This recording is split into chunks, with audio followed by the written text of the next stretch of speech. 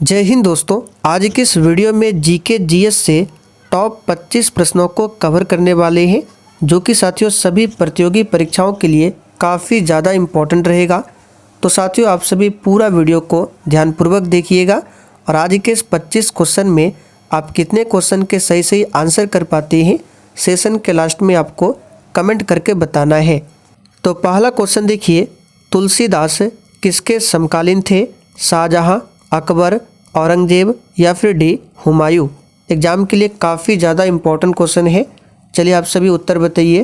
तुलसीदास किसके समकालीन थे? सही आंसर है अकबर के समकालीन थे। अगला क्वेश्चन है, वेदों की संख्या कितनी है? तो प्यारे साथियों वेदों की टोटल संख्या कितनी है? तो 4 है। और वेदांग पूछे कितने हैं? तो टोटल 6 वेदांग है। पुराण पूछे तो टोटल 18 पुराण है और 108 उपनिषद है। सभी को याद रखिएगा। आगे देखिए, ऋग्वैदिक आर्यों का मुख्य व्यवसाय क्या था? ये क्वेश्चन बार बार पूछा जाता है, इस पर आप सभी स्टार मार्क कर लीजिए। तो साथियों ऋग्वैदिक आर्यों का मुख्य व्यवसाय था पशुपालन। यहाँ पर बी ऑप्शन आपका सही जवाब है, पशुपालन। आगे देखिए, चौरी चौरा कांड किससे संबंधित है? और देखिए साथियों सेशन के लास्ट में आपको बिल्कुल ईमानदारी पूर्वक अपना अपना स्कोर कमेंट करके बताना है, इसलिए आपके जितने भी क्वेश्चन अभी सही हो रहे हैं आप लोग साइड में कॉपी में लिखते चलिए।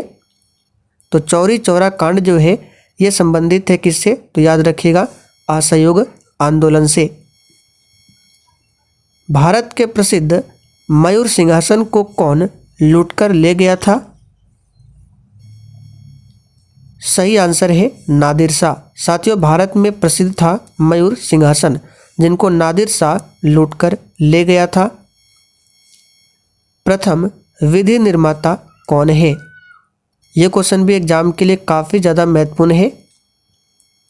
तो प्यारे साथियों प्रथम विधि निर्माता की बात करें तो मनु है। कृष्ण भक्ति का प्रथम और प्रधान ग्रंथ कौन सा है? सही आंसर है सी ऑप्शन श्रीमद् भागवत गीता। ध्यान रखना है, श्रीमद् भागवत गीता कृष्ण भक्ति का प्रथम और प्रधान ग्रंथ है। आगे देखिए, निम्नलिखित में से किस महिला ने भारतीय तिरंगा सबसे पहले फहराया था? तो ये क्वेश्चन भी एग्जाम के लिए इम्पोर्टेंट रहेगा, याद रखिएगा, मैडम भीकाजी कामा ने। अगला क्वेश्चन देखिए, ऋग्वेद में संपत्ति का प्रमुख रूप क्या है? तो साथियों ऋग्वेद में संपत्ति का प्रमुख रूप याद रखिएगा गोधन है। वेरी इंपॉर्टेंट क्वेश्चन है, ध्यान रखिए, पूछा हुआ प्रश्न है। ऋग्वेद में संपत्ति का प्रमुख रूप पूछे तो गोधन है। पुराणों की कुल संख्या कितनी है? तो जैसे कि अभी हमने आपको बताया, वेद 4 है, वेदांग 6 है, पुराण 18 है और उपनिषद 108 है। तो आंसर हो जाएगा 18 पुराण है।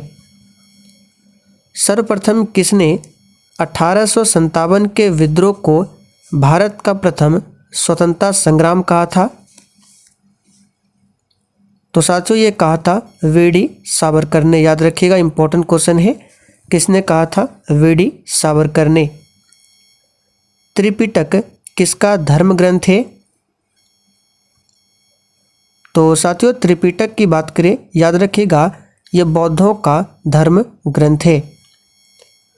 किस शासक ने बौद्ध के लिए विख्यात विक्रमशिला विश्वविद्यालय की स्थापना की थी? देखिए साथियों ये सभी छोटे छोटे क्वेश्चन हैं, लेकिन एग्जाम में पूछा जाता है। तो विक्रमशिला विश्वविद्यालय की स्थापना किया था पाल नरेश धर्मपाल ने। सिकंदर ने भारत पर कब आक्रमण किया था? सिंपल सा क्वेश्चन है, 326 ईसा पूर्व में। नंद वंश का अंतिम सम्राट कौन था? तो यहाँ से आपको 2 क्वेश्चन ध्यान रखना है। नंद वंश का संस्थापक कौन था? महापद्म नंद। और नंद वंश का अंतिम शासक पूछे तो घनानंद था। यहाँ पर बी ऑप्शन आपका सही जवाब है। सिंधु सभ्यता का कौन सा स्थान भारत में स्थित है?